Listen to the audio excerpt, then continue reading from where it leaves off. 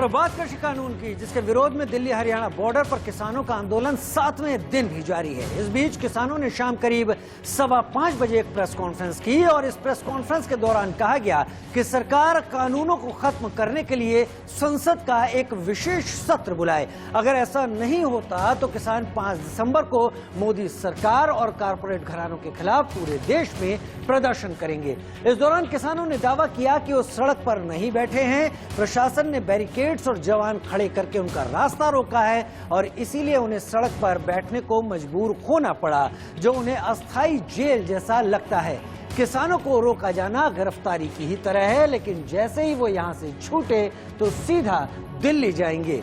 All India motor transport Congress ने किसानों की मांगे पूरी न होने पर 8 दिसंबर को ट्रकों की हड़ताल की धमकी भी दे डाली है।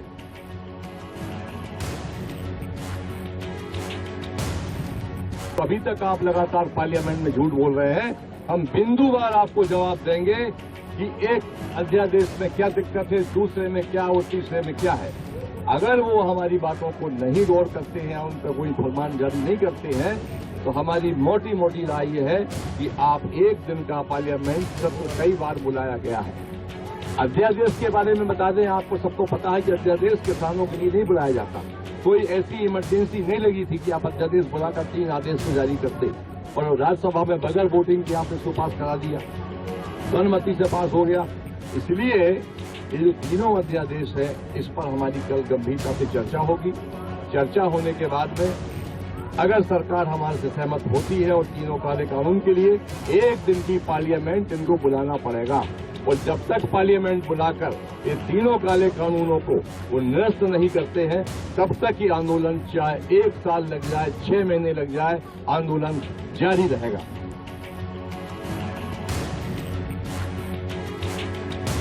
5 को हमने कॉल दिया है पूरा देश में पुतला दहन करने के लिए Modi government, Ambani Adani corporate houses and other corporate houses के खिलाफ 2 कानून को रद्द करवाने के लिए, 3 कानून को रद्द करवाने के लिए और पूरे देश में किसानों की सॉलिडारिटी बनाने के लिए पूरे देश में किसान रैली निकालेंगे, धरना देंगे, पूरा मीटिंग करेंगे और पुतला दहन करेंगे मोदी गवर्नमेंट का और कॉर्पोरेट हाउसेज का।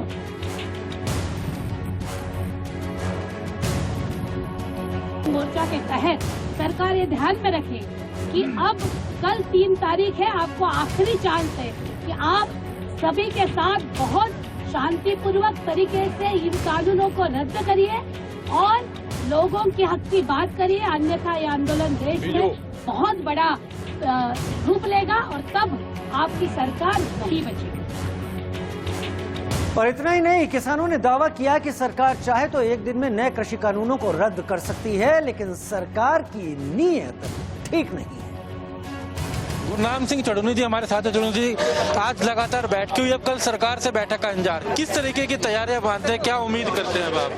देखिए, सरकार से जो है बातचीत तो जारी रहेगी, लेकिन क्या उसका रिजल्ट निकलेगा इसकी कोई बहुत ज्यादा संभावना नहीं की जा सकती, क्योंकि उनका जो चेहरा बता रहा था कल, जो उनका जिस तरीके से बात शुरू की है या जिस तरीके से अंत तक पहुंचे हैं, उसमें कोई बात निपटेगी कल, ऐसा संभावना कम ही नजर आ रही है। लेकिन बातचीत तो फिर भी जारी रहनी चाहिए। अब 5 तारीख के आंदोलन की बात, 7 तारीख को खिलाड़ियों के भी साथ आने की बात की जा रही है, क्या कुछ चर्चा इसको इसको देखिए, ये पूरे देश का समर्थन है, पूरे देश का जो किसान मजदूर या सब बाकी सारे वर्ग वो अपना एक रोष दिखाएंगे कि ये आप ये ना माने कि हम जो गाँव में बैठे हैं, जो यहाँ तक नहीं आ सकते, उनमें रोष नहीं है। वो रोष दिखाएंगे, वो अपने गाँव में बैठे मोदी का और अंबानी अडानी जैसे लोगों के पुतले फूकेंगे, कारपोरेट का पुतला फूकेंगे, उनको दिखाने के लिए कि वहाँ भी रोष है। एक कोई बहुत से लोग हैं जो दिल्ली में आके तो 5% लोग भी प्रदर्शन नहीं कर सकते, वो अपने गांव से ही अपना रोष प्रदर्शन दिखाएंगे, ये उनको मौका दिया गया है। और जो हमारे सैनिक भाई और अंतर्राष्ट्रीय खिलाड़ी हैं, वो जो अवार्ड वापस करने की बात कर रहे हैं, बहुत ही गंभीर मैटर है। कोई भी अवार्ड कितनी मेहनत से उसने जीता होगा और और वो उसको वापस करे तो उसके दिल पे क्या गुजरती होगी। लेकिन वो हम सैल्यूट करते हैं उनको जो देश के किसानों की पीड़ा इस टाइम बर्दाश्त कर रहे हैं, देश के लोगों की पीड़ा जो इस टाइम देख रहे हैं, और उसके लिए वो सब कुछ कुर्बान करने के लिए तैयार है। और इससे पहले दिन में कृषि मंत्री नरेंद्र सिंह तोमर और रेल मंत्री पीयूष गोयल गृह मंत्री अमित शाह से उनके घर पर मिले और किसानों से हुई बातचीत का अपडेट शाह को दिया। हालांकि कृषि मंत्री नरेंद्र सिंह तोमर शाम को उन्होंने फिर कहा कि यह कानून किसानों के हित में है और लंबे इंतजार के बाद ये सुधार किए जा रहे हैं। वाइज क्लॉज एक्ट पर चर्चा ना हो और वो एक्ट कैसे किसानों के विरुद्ध है, उसका कौन सा क्लॉज विरुद्ध है, वो तभी तो दिशा आगे बढ़ेगी ना। और राज्यों में भी सर ये फैलता जा रहा है आंदोलन, और किसानों से अपील करेंगे कि बात कम से कम सड़क बाधित न करें, ट्रैफिक जाम न करें। नहीं, मैं सभी किसान बंधुओं से आग्रह करना चाहता हूँ कि ये रिफॉर्म किसानों के हित में है और लंबे समय के इंतजार के बाद ये रिफॉर्म आए हैं। इनमें किसानों का हित है, लेकिन किसानों को कहीं भी आपत्ति है तो सरकार उनको सुनने के लिए, उस पर विमर्श करने के लिए, उसका निराकरण करने के लिए पूरी तरह तैयार है। इसलिए आंदोलन का रास्ता किसी को अख्तियार नहीं करना चाहिए। आंदोलन से जनता को भी तकलीफ। और इस बीच दिल्ली के बुराड़ी ग्राउंड पर बैठे राष्ट्रीय किसान मजदूर संगठन के अध्यक्ष सरदार वीएम सिंह नाराज हो गए। उनका दावा है कि गृह मंत्री के आदेश के बाद उनका संगठन बुराड़ी के मैदान में एकत्र होकर शांतिपूर्ण ढंग से अपना प्रदर्शन कर रहा है, लेकिन सरकार ने उनके संगठन की कोई सुध नहीं ली, इसलिए बुराड़ी में अब रुकने का कोई फायदा नहीं। 30 तारीख को मोदी जी ने बनारस में कहा, मां गंगा की कसम खाई, ये बिल बढ़िया है, किसान के फायदे में है। अब कसम उल्टी कैसे कर लेंगे प्रधानमंत्री जी? ये कहेंगे बिल बेकार है, मैं वापस ले रहा हूं। नहीं वापस लेना, सीधा मना करो। केवल 10 मिनट में आप एक ऑर्डिनेंस बनाइए और राष्ट्रपति से साइन कराइए कि जितने 3 पुराने बिल हैं वो सस्पेंशन में रखे जाते हैं। बस वापस मत लीजिए, सस्पेंशन में रखिए, सबसे बात करिए और बात का जो नतीजा निकले उस पर अमल करिए। क्योंकि अगली फसल तो आनी है सरसों की, गेहूं की, आएगी मार्च में, अप्रैल में, 5 महीने में है आपके पास समय, करिए ना। पर नियत साफ हो तो। आज नियत साफ नहीं है, तभी तो जो लोग बुराड़ी में बैठे हैं उनको आप जो है उनको आप कह रहे हो कि नहीं उनसे बात, क्योंकि संयम से बैठे हैं, शराफत से बैठे हैं। ये क्या मैसेज दे रहे हो पूरे देश को? और उत्तर प्रदेश जिस दिन पहले भी इसी रास्ते पे था, 25 साल से हम लोगों ने सबने मिलकर उसको कानून की व्यवस्था के अंदर, कानून के एम्बिट में लेके आए थे। हाईकोर्ट, सुप्रीम कोर्ट ने बहुत आदेश दिए हैं। और अगर आप चाहोगे कि किसान उग्र हो जाए, बहुत बड़ा आप गलत काम करोगे सरकार को, मैं कहना चाहता हूं। इसलिए फिर आखिरी में रिपीट करना चाहता हूं, क्योंकि हम आए थे होम मिनिस्टर के आश्वासन पर कि जो आओगे तो आपकी बात को सुना जाएगा। वो आश्वासन इन्होंने पूरा नहीं किया तो हमारे बुराड़ी रहने का कोई औचित्य नहीं। अब तमाम बनते हुए मामले अगर बिगाड़ने हों तो शब्द या बोल ही काफी होते हैं। हरियाणा के कृषि मंत्री का एक बेतुका बयान इस दौरान सामने आया। किसान आंदोलन को पाकिस्तान तक से जोड़ दिया। ये कराची या लाहौर नहीं है, दिल्ली को घेर कर बैठ जाना ठीक नहीं। किसान आंदोलन पर जेपी दलाल हरियाणा के मंत्री के बिगड़े बोल, उन्होंने इसे कराची लाहौर से जोड़ा, कहा दिल्ली को घेर कर बैठ जाना ठीक नहीं। यतेंद्र शर्मा हमारे साथ ज्यादा जानकारी के साथ इस वक्त जुड़ रहे हैं। यतेंद्र, इस पूरे मामले में एक तरफ तो केंद्रीय मंत्री, कृषि मंत्री और साथ में पीयूष गोयल मिलकर किसानों के साथ हल निकालने की कोशिश कर रहे हैं, वहीं इस तरह के बयान भी सामने आ जाते हैं। फिलहाल क्या इस तरह के बयान की क्या जरूरत थी? देखिए, बिल्कुल इस तरह के बयान जो होते हैं वो आग में घी डालने का काम करते हैं। जहां भारत सरकार और खुद केंद्रीय कृषि मंत्री नरेंद्र सिंह तोमर संयम के साथ काम ले रहे हैं, किसानों की बात सुन रहे हैं, उनके साथ पीयूष गोयल और सोम प्रकाश भी साथ थे। जो कल मीटिंग हुई, काफी मैराथन बैठक इसको कह सकते हैं, क्योंकि 3 से 3.5 घंटे वो मीटिंग चली थी। हालांकि नतीजा कोई नहीं निकला, लेकिन इसे पॉजिटिव इस तरह से देख सकते हैं कि आगे की बैठक के लिए वो तैयार हुए। यानी कि कल की जो बैठक होगी वो उसी मीटिंग में सहमति बनी कि एकदम कोई फैसला नहीं लेना है, किसानों की पूरी बात सुनी जाएगी। इसी वजह से उन्होंने सभी किसान संगठन जो वहां पर उपस्थित थे, उनके प्रतिनिधि, उन सबको बोला कि जो उनकी डिमांड्स हैं वो उनको लिखित में मंत्रालय में जमा करें, उनके पास वो लिखित में आए, उसके बाद उसके आधार पर उनसे बात की जाएगी। इस तरह की 3 से 3.5 घंटे बात हुई। एक कमेटी बनाने का भी प्रस्ताव आया था, वो उन्होंने मना कर दिया। लेकिन अब जो हरियाणा के कृषि मंत्री जेपी दलाल का बयान है वो आग में घी डालने जैसा है, क्योंकि उन्होंने कहा, वो साफ साफ एक तरह से चेतावनी किसानों को दे रहे हैं कि वो दिल्ली को घेरने की कोशिश ना करें। वो कराची नहीं है, वो लाहौर नहीं है। इस तरह का बयान मुझे लगता है कि किसानों को भड़काने का काम करेगा। मैं आपको टीकरी बॉर्डर दिखा देता हूं, जहां पर हम हैं। यहाँ पर किसान शांति से बैठे हैं, हालांकि पूरी तरह से बैरिकेड कर दिया गया है, पुलिस फोर्स पूरी तरह से यहाँ पर तैनात है। तो किसान भी अपना जो धरना स्थल है, जहाँ बीच सड़क पर वो बैठ गए हैं, सड़क को रोक दिया है। पूरे बॉर्डर को, जो टीकरी बॉर्डर है, उस पर आवागमन यानी कि पूरी तरह से ट्रांसपोर्ट व्यवस्था पूरी तरह से बंद है। लेकिन कहीं कोई अराजकता फैलाने की कोशिश नहीं हो रही है। हालांकि बीच बीच में कुछ बयान जरूर आते हैं, सरकार के खिलाफ आते हैं, लेकिन जो संयम है वो दोनों तरफ से ही है। वो पुलिस फोर्स भी संयम के साथ यहाँ पर है और किसान भी दूसरी तरफ बैठे हैं। वो उनका साफ तौर पर कहना है कि उनका आंदोलन तब तक चलेगा जब तक सरकार उनकी मांग नहीं मान लेती है। सरकार ने कल एक बार फिर से बैठक बुलाई है, वही तमाम प्रतिनिधि उसमें मौजूद रहेंगे जो कल की बैठक में मौजूद थे और जो आज उन्होंने लिखित में अपना प्रस्ताव भेजा होगा, जिसके आधार पर जी और आज शाम को जब केंद्रीय कृषि मंत्री भी यतेंद्र बात कर रहे थे तो आशान्वित थे। उन्होंने कहा तमाम पहलुओं को देखना होगा और उसके बाद कल की बातचीत बहुत महत्वपूर्ण हो जाती है। बहुत शुक्रिया तमाम जानकारी के लिए टीकरी बॉर्डर से हमारे साथ जुड़ने के लिए।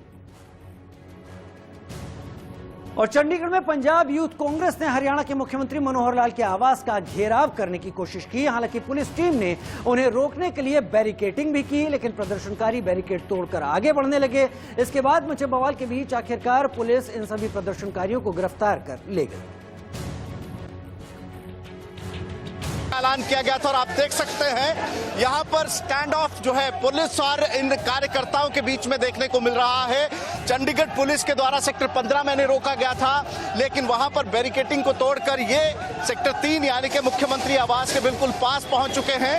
और तस्वीरें बिल्कुल वैसे ही हैं जो कि शंभू बॉर्डर और बाकी बॉर्डर्स पर देखने को मिली थी कि यहाँ पर देख सकते हैं बैरिकेडिंग तोड़ने का प्रयास और ये वाटर कैनन जो है उसका इस्तेमाल किया जा रहा है। और ये देखिए, ये तितर बितर करने के लिए वाटर कैनन का इस्तेमाल किया जा रहा है इनको। और ये यूथ कांग्रेस के कार्यकर्ता हैं, पंजाब यूथ कांग्रेस के। और यहाँ पर आप देख सकते हैं कि वाटर कैनन के द्वारा जो है इन्हें यहाँ से तितर बितर करने के लिए चंडीगढ़ पुलिस के द्वारा जो है वाटर कैनन का इस्तेमाल किया जा रहा है। मुख्यमंत्री मनोहर लाल के घर का घेराव करने के लिए ये यहाँ पर पहुंचे थे। लाठीचार्ज यहाँ पर जो है हल्का लाठीचार्ज यहाँ पर किया गया है और आप देख सकते हैं कि पानी की बौछारों के साथ ये देखिए पुलिस जो है वो चार्ज करती हुई लाठीचार्ज कर रही है। पुलिस चार्ज किया गया है पुलिस के द्वारा और यहाँ पर ये कार्यकर्ताओं पर यहाँ पर आप देख सकते हैं यूथ कांग्रेस के कार्यकर्ताओं को तितर बितर करने के लिए अभी भी आप देख सकते हैं कि पुलिस जो है वो बैरिकेडिंग पर है। और ये देखिए यूथ कांग्रेस के जो नेता हैं वो अंदर आने के प्रयास कर रहे हैं। यहाँ पर पुलिस के द्वारा जो है उन्हें धकेला जा रहा है वापस और वाटर कैनन्स का इस्तेमाल जो है यहाँ पर किया जा रहा है। इसी के साथ साथ स्टैंड ऑफ व्यू है, आप देख सकते हैं टकराव, हल्का बल प्रयोग, यहाँ पर पूरा बल प्रयोग यहाँ पर जो है वो पुलिस और इन कार्यकर्ताओं के बीच में देखने को मिल रहा है। हिरासत में इनको जो है वो लिया जा रहा है। क्या कहना है आपका? आप घेराव करने आए थे लेकिन कर नहीं सेंटर सरकार किसानों नाल पूरा धक्का कर रही है। अज साडा एका साडे दिल्ली वीरां लई इकट्ठ हो के किता करके आए हैं। असीं अपने हक लेके रहांगे, तीने विरोधी बिल काले कानून वापस करा के रहांगे। तो दिल्ली के बाद चंडीगढ़ में भी जो है वो किसान आंदोलन जो है वो यहाँ पर उग्र होता दिखाई दे रहा है। पंजाब से आए ये अलग अलग इलाकों से यूथ कांग्रेस के कार्यकर्ता हैं जो कि लगातार एक बैरिकेडिंग तोड़ने के बाद सेक्टर 3 जो है मुख्यमंत्री आवास के मात्र 200 मीटर दूरी वहां पर पहुंचे थे। और अब जो है जो कार्यकर्ता हैं उनको और इस बीच कांग्रेस ने हरियाणा के सीएम मनोहर लाल खट्टर और डिप्टी सीएम दुष्यंत चौटाला को किसान आंदोलन का विलेन करार दिया। इतना ही नहीं, कांग्रेस नेता रणदीप सुरजेवाला ने जेजेपी से पूछा कि कब वो खट्टर सरकार से समर्थन वापस लेंगे। किसान विरोध के खलनायक मोदी सरकार के साथ साथ हरियाणा के मुख्यमंत्री मनोहर लाल खट्टर और उप मुख्यमंत्री दुष्यंत चौटाला भी हैं। 73 साल के इतिहास में पहली बार ये हुआ कि पूर्व घोषित कार्यक्रम से शांति प्रिय तरीके से दिल्ली जा रहे धरना देने दिल्ली जा रहे किसानों को रोकने के लिए किसी सरकार द्वारा राष्ट्रीय राजमार्ग खुदवा दिए गए। और उधर दिल्ली सरकार की ओर से कृषि कानूनों को लेकर नोटिफिकेशन जारी करने पर पंजाब के सीएम कैप्टन अमरिंदर सिंह ने सीएम केजरीवाल पर निशाना साधा। तो केजरीवाल ने कैप्टन पर किसानों के मुद्दे पर राजनीति करने का आरोप जड़ दिया। इतना ही नहीं, केजरीवाल ने दावा किया कि मोदी सरकार किसानों के आंदोलन को खत्म करने के लिए उन पर दिल्ली में 9 जगह ओपन जेल बनाने का दबाव भी बना रही थी। हमने दिल्ली के 9 स्टेडियम को जेल बनाने से रोका है, तब से केंद्र की भाजपा सरकार मुझसे बहुत ज्यादा नाराज है। केंद्र सरकार का पूरा प्लान था कि जब किसान दिल्ली आएंगे तो उन्हें इन 9 स्टेडियम में डाल देंगे। हमने स्टेडियम को जेल बनाने की इजाजत नहीं दी, तो वो लोग अब मुझसे बहुत नाराज हैं। मुझे पता है कि स्टेडियम को जेल बनाने के लिए मुझ पे कितना दबाव आया था, किस किस का फोन नहीं आया। लेकिन जिंदगी में कुछ ऐसे मौके आते हैं जब आप अपने ज़मीर की सुनते हो, नतीजे की परवाह नहीं करते हो। कैप्टन साहब, क्या इन्हीं लोगों का आप पे दबाव है जो आप मुझ पे झूठे आरोप लगा रहे हो, मुझे गालियां दे रहे हो, बीजेपी की बोली बोल रहे हो? और एक तरफ किसान दिल्ली में धरने पर बैठे हैं तो उनका परिवार गांवों में है, क्योंकि खेतों में खड़ी फसलों को भी देखभाल की जरूरत है और साथ ही घर भी चलाना है। आंदोलन पर हैं, ऐसे में किसान परिवारों और उनकी फसलों की देखभाल का पूरा जिम्मा किसानों के घरों की महिलाओं और बेटियों ने उठा रखा है। देखिए कैसे मेरठ के इस गांव में किसान परिवार की बेटियां ट्रैक्टर से खेती किसानी में जुटी हैं।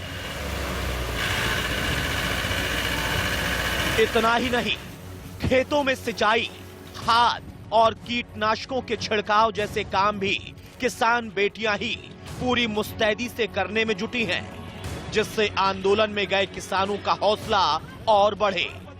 हालांकि किसानों की बेटियां पढ़ी लिखी हैं, लेकिन मुश्किल वक्त में उन्हें फावड़ा हाथ में लेना पड़ा।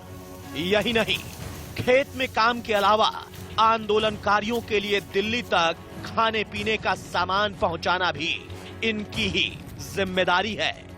कि जो किसान आंदोलन चल रहा है दिल्ली में, उसमें क्या है, उसमें मेरे परिवार के मेरे भाई, पापा, ताऊ, चाचा और क्षेत्र के सभी लोग वहाँ पे गए हुए हैं, धरने में बैठे हुए हैं। तो इसलिए हम लोगों को खेत में आके काम करना पड़ रहा है, क्योंकि हमारी फसल खराब हो सकती है और जिसके कारण हमें बहुत नुकसान भरना पड़ सकता है। वैसे ही सरकार ने इतना सब कुछ कर रखा है, उससे बहुत मुश्किलें चल रही है।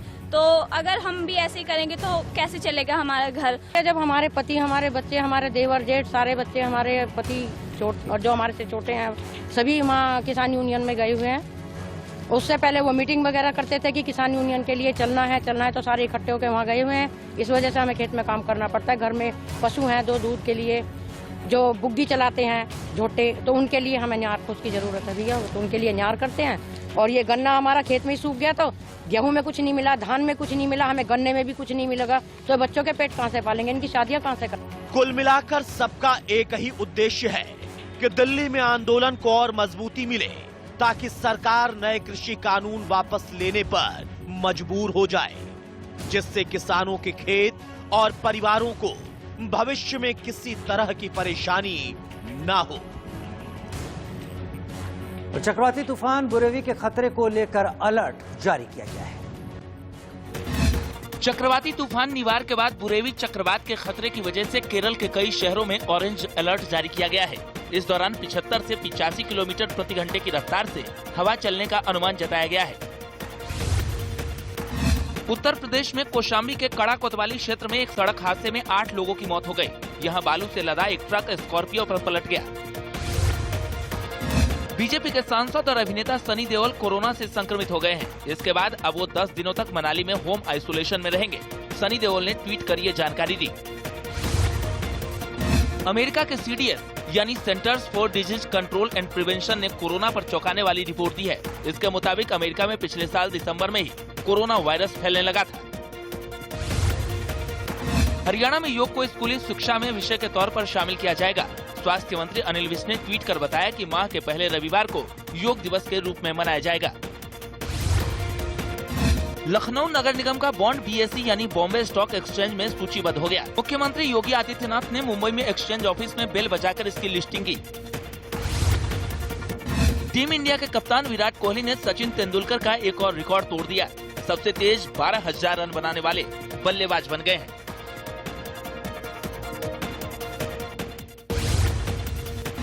शेयर बाजार बुधवार को मामूली गिरावट के साथ बंद हुआ। सेंसेक्स 37 अंक गिरकर 44,618 पर बंद हुआ। वहीं निफ्टी 4 अंक ऊपर 13,113 पर बंद हुआ।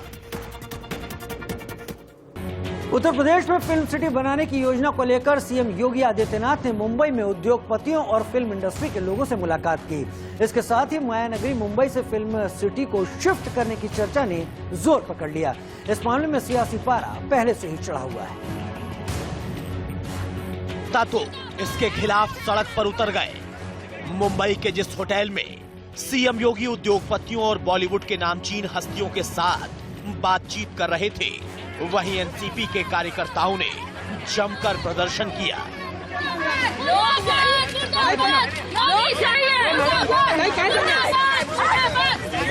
सीएम योगी के मुंबई दौरे का मकसद यूपी में निवेश के साथ फिल्म सिटी की योजना को जमीन पर उतारना है। इसी सिलसिले में सीएम उद्योगपतियों से मिले और उनके प्रस्ताव, सुझाव और उनसे सहयोग मांगा। फिल्म सिटी के लिए निवेश पर चर्चा के लिए सीएम योगी टाटा ग्रुप के चेयरमैन नटराजन चंद्रशेखरन से भी मिले। प्रदेश के अंदर, उत्तर प्रदेश के अंदर हम लोग एक वर्ल्ड क्लास की फिल्म सिटी के निर्माण की कार्रवाई को आगे बढ़ा रहे हैं। फिल्म जगत से जुड़े हुए बहुत सारे जो निर्माता हैं, निर्देशक हैं, इस फील्ड में कार्य करने वाले जो एक्टर हैं या इसके विभिन्न पक्षों के जानकार हैं, उन सब के साथ भी हमारी व्यक्तिगत रूप से भी और सामूहिक रूप से भी चर्चा हुई है। बैठक में सीएम योगी ने नई फिल्म सिटी की रूपरेखा भी समझाई। यूपी में फिल्म सिटी के लिए जगह जो चुनी गई है वो जेवर एयरपोर्ट से 6 किलोमीटर दूर है। जेवर एयरपोर्ट एशिया का सबसे बड़ा एयरपोर्ट होगा, जहां से आधे घंटे में दिल्ली, मथुरा और आगरा पहुंचा जा सकेगा।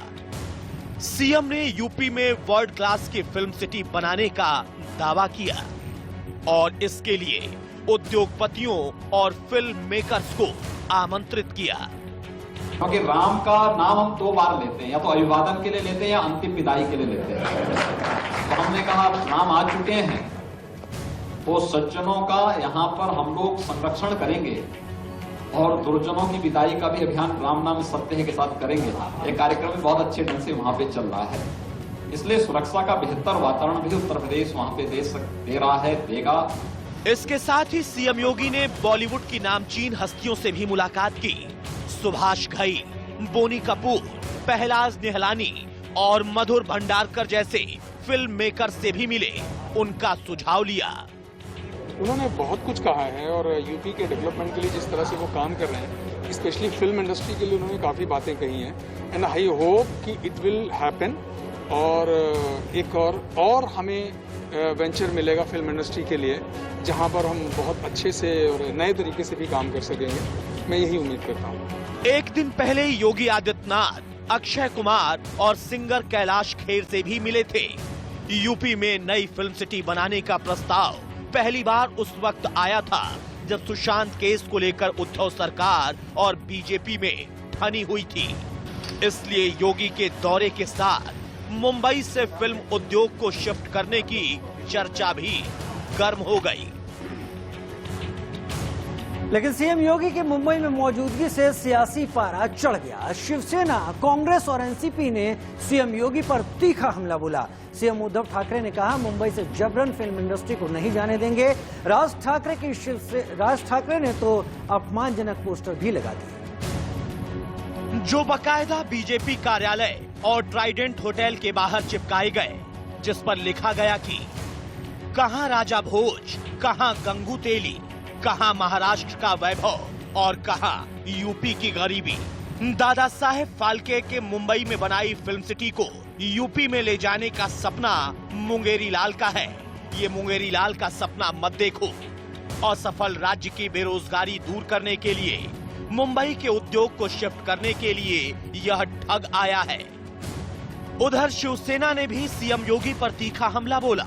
संजय राउत ने पूछ लिया कि नोएडा में पहले से बनाई गई फिल्म सिटी का हाल क्या है। मुझे मालूम नहीं, योगी जी तो मुंबई में आए हैं, साधु महाराज है हमारे। योगी है मुंबई के एक 5 स्टार होटल में, एक बड़े कमरे में, बड़े सूट में मैंने देखा वो बैठे हैं, और अक्षय कुमार भी उनके साथ बैठे। शायद आम की टोकरी लेकर गए होंगे अक्षय जी।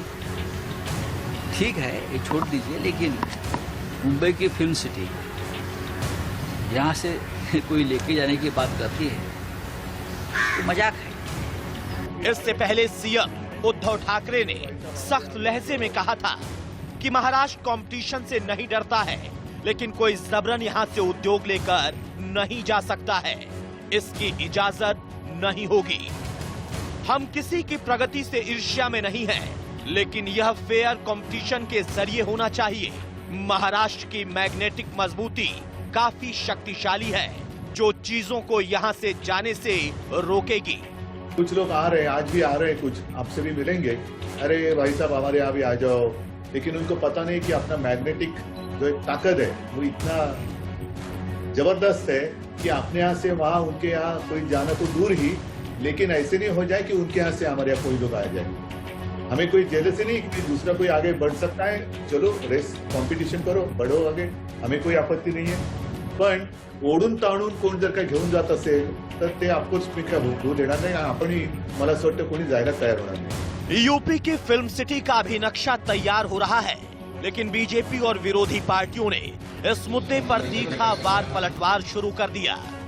कांग्रेस नेता संजय निरुपम ने लिखा कि सिनेमा के दीवानों ने अपनी मेहनत से इस विराट दुनिया को बसाया है और यह इंटरनल प्रक्रिया 100 वर्षों से जारी है। नेता लोग इसे शिफ्ट करने या बचाने के मुगालते में ना रहे। कोई ये समझ ले कि जो 100 साल से इस शहर को बॉलीवुड का दर्जा है वो खत्म हो जाएगा, लोग पूरी तरह से अन्य राज्यों में चले जाएंगे। इससे पहले आंध्र प्रदेश में भी फिल्म सिटी बनी, अलग अलग राज्यों ने प्रयास किया, उनका अधिकार है करें, लेकिन बॉलीवुड का दर्जा जो है वो बना रहेगा, उसे कोई खत्म नहीं कर सकता। आज मुंबई गए हैं और वहां पर तमाम कलाकार, फिल्म स्टार, निर्माता, निर्देशक उनसे मिलने आ रहे हैं। इसको देखकर ये घबरा रहे हैं क्योंकि इन्होंने कभी कोई सुरक्षा तो वहां दी नहीं है, क्योंकि अंडरवर्ल्ड के हाथों में फिल्म इंडस्ट्री को डाल रखा है और दबाव बनाकर जबरदस्ती वहां पर जिस तरह के बयान वो लोग दे रहे हैं उससे ये साफ है कि वो दबाव बना रहे हैं फिल्म इंडस्ट्री के लोगों पर, निर्माताओं पर, जो वहाँ के एक्टर एक्ट्रेसेस हैं उनके ऊपर दबाव बनाने का प्रयास है कहीं ना कहीं अंडरवर्ल्ड का, कि हम यहाँ से जाने नहीं देंगे, कोई ले नहीं जा सकता। यूपी में फिल्म सिटी के लिए अभी नक्शा तैयार किया जा रहा है, जिसमें निवेश एक बड़ा मसला है, लेकिन मुंबई की टक्कर में एक और फिल्म सिटी बनाने की योजना पर सियासी सिरफुटौल अभी से तेज हो गई है। मुंबई में सीएम योगी ने लखनऊ नगर निगम की बॉन्ड लिस्टिंग के लिए बॉम्बे स्टॉक एक्सचेंज को गए। सीएम योगी ने वहां घंटा बजाकर लखनऊ नगर निगम के बॉन्ड जारी किए। हाल ही में लखनऊ नगर निगम ने राजधानी के सौंदर्यीकरण और साफ सफाई के लिए 200 करोड़ रुपए के बॉन्ड जारी किए थे। कोरोना काल के बावजूद इसे 225% सब्सक्रिप्शन मिला। इस बॉन्ड को बीएसई में लिस्ट कर दिया गया है।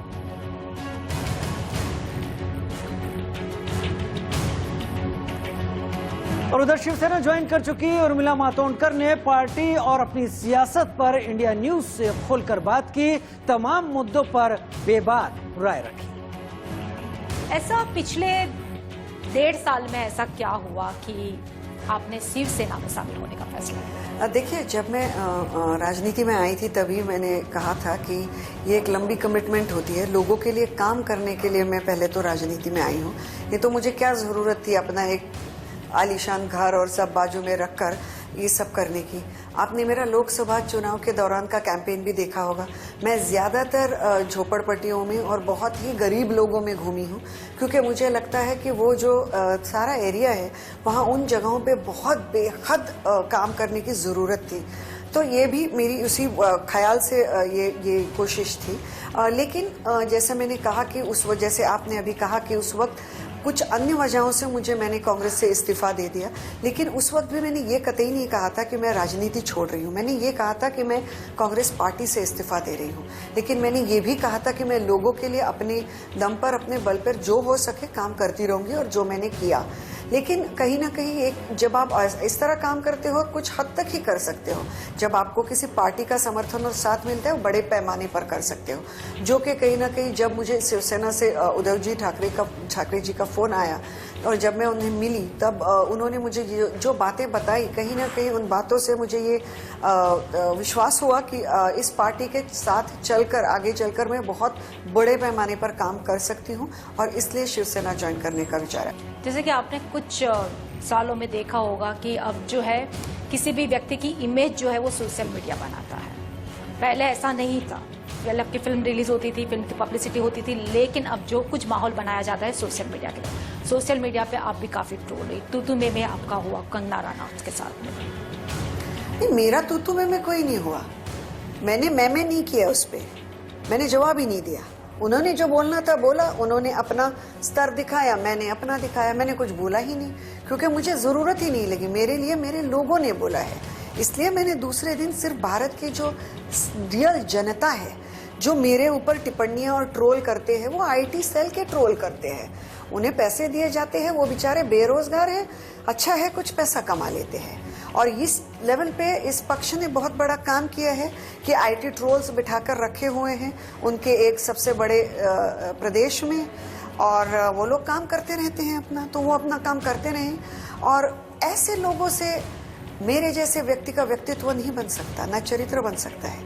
मेरा व्यक्तित्व मैंने बहुत बरसों से बहुत कड़ी मेहनत तपश्चर्या से कमाया है, और मेरा नाम भी बहुत तपश्चर्या से कमाया है।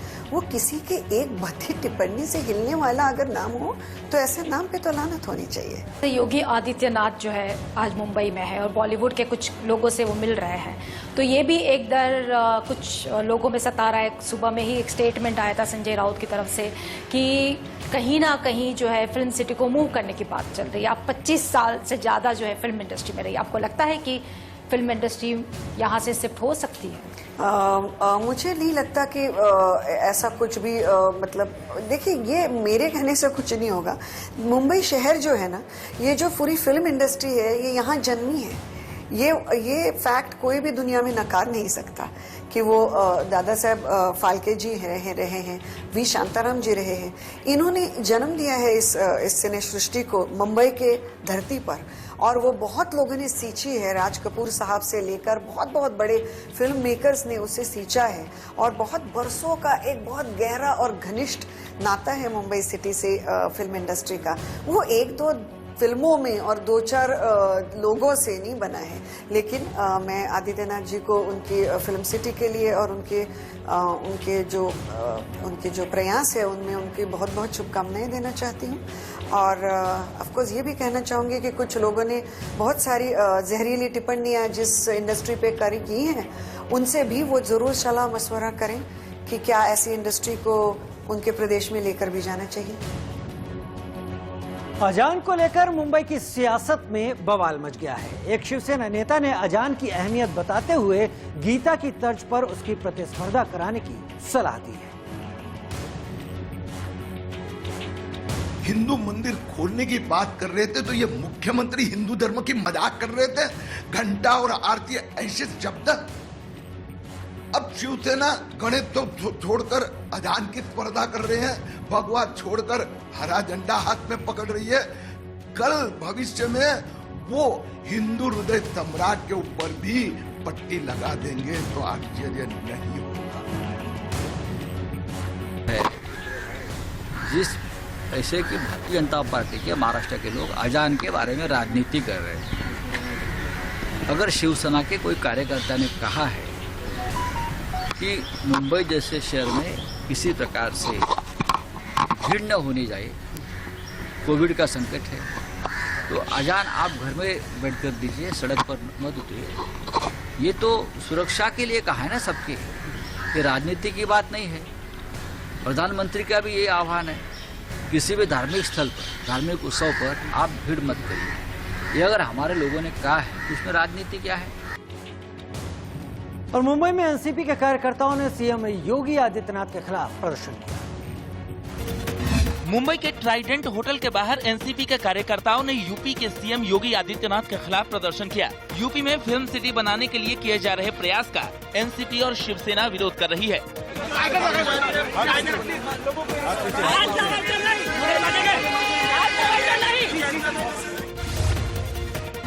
आंध्र प्रदेश के सीएम जगन मोहन रेड्डी ने तेलुगु देशम पार्टी के मुखिया चंद्रबाबू पर विवादित बयान दिया। सीएम जगन ने विधानसभा के भीतर स्पीकर से चंद्रबाबू को पागल खाने भेजने की बात कही।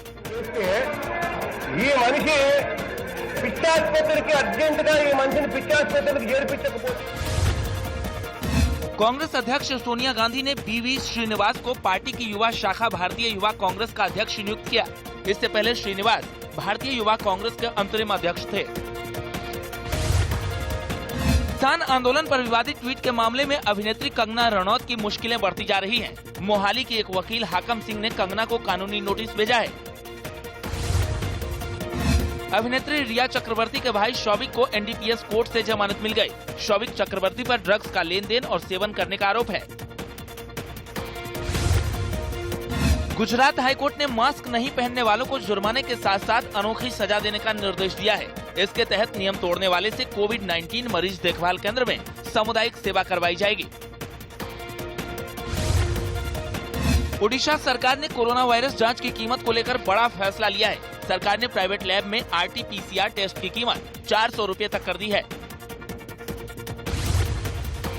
कोरोना महामारी और खराब हवा को देखते हुए नेशनल ग्रीन ट्रिब्यूनल ने पटाखों पर बैन को और बढ़ा दिया है।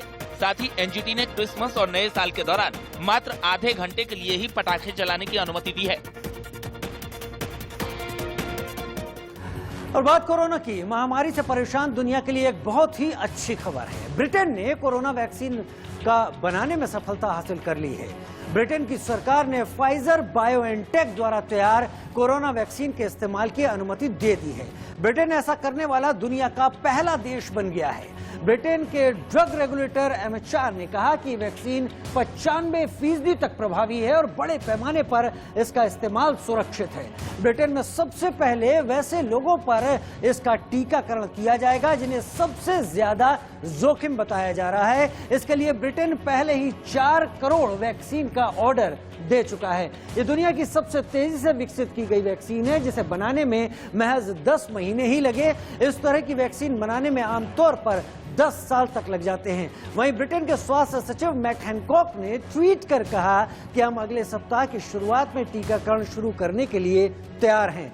जानकारों का कहना है कि वैक्सीन आ जाने के बावजूद लोगों को संक्रमण रोकने के नियमों का पालन करते रहना होगा। इसका मतलब ये है कि लोगों को अभी भी मास्क पहनना होगा और सामाजिक दूरी का पालन करते रहना होगा। लेकिन भारत में कोरोना गाइडलाइंस के मामले में भारी लापरवाही भी हो रही है। गुजरात में बीजेपी के एक बड़े नेता की पोती की सगाई में कोरोना गाइडलाइंस की जमकर धज्जियां उड़ी। सगाई का जो वीडियो वायरल है उसमें हजारों लोग गरबा गाते हुए दिखाई दिए। ये वीडियो बीजेपी नेता और पूर्व मंत्री कांति गामित की पोती की सगाई का बताया जा रहा है। इस आयोजन में करीब 6000 लोग जुटे। वीडियो में साफ नजर आया कि लोगों ने एक दूसरे के हाथ जोड़कर घेरा बनाया और डांस किया। जबकि गुजरात में लगातार बढ़ते कोरोना मामलों को देखते हुए 4 महानगरों में नाइट कर्फ्यू लगा हुआ है। ऐसे में इस आयोजन ने कई सवाल खड़े किए। कोरोना दिशा निर्देशों का पालन नहीं करने को लेकर भी सरकार ने तुरंत एक्शन लिया। मामले की जांच के आदेश दिए गए। वहीं पुलिस ने इस मामले में पूर्व मंत्री कांति गामित को पुलिस स्टेशन बुलाकर उनसे पूछताछ की।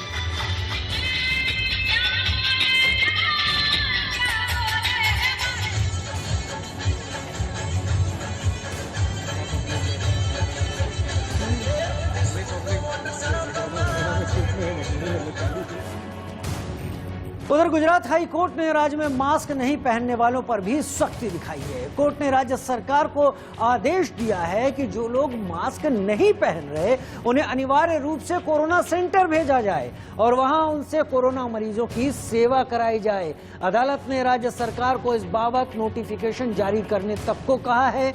गुजरात में कोरोना का संक्रमण लगातार बढ़ता जा रहा है। मंगलवार को राज्य में कोरोना के 1477 मरीज सामने आए, जबकि 15 लोगों की मौत हो गई। इसके साथ ही राज्य में अब तक 2,11,257 लोग कोरोना से संक्रमित हो चुके हैं।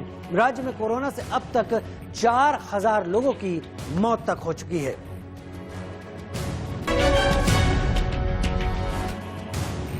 भगोड़े नीरव मोदी के प्रत्यर्पण पर 7 और 8 जनवरी को फैसला आने की उम्मीद है।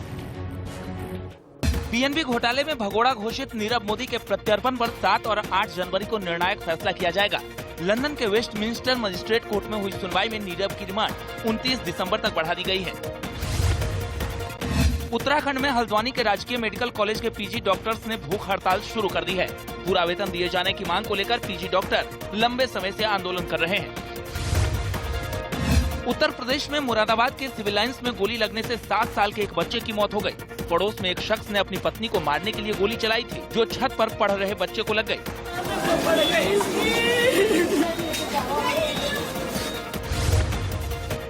आयकर विभाग ने चालू वित्त वर्ष में 1 अप्रैल 2020 से 1 दिसंबर 2020 तक 59 लाख से अधिक करदाताओं को 1,40,210 लाख करोड़ रुपए का रिफंड जारी किया है।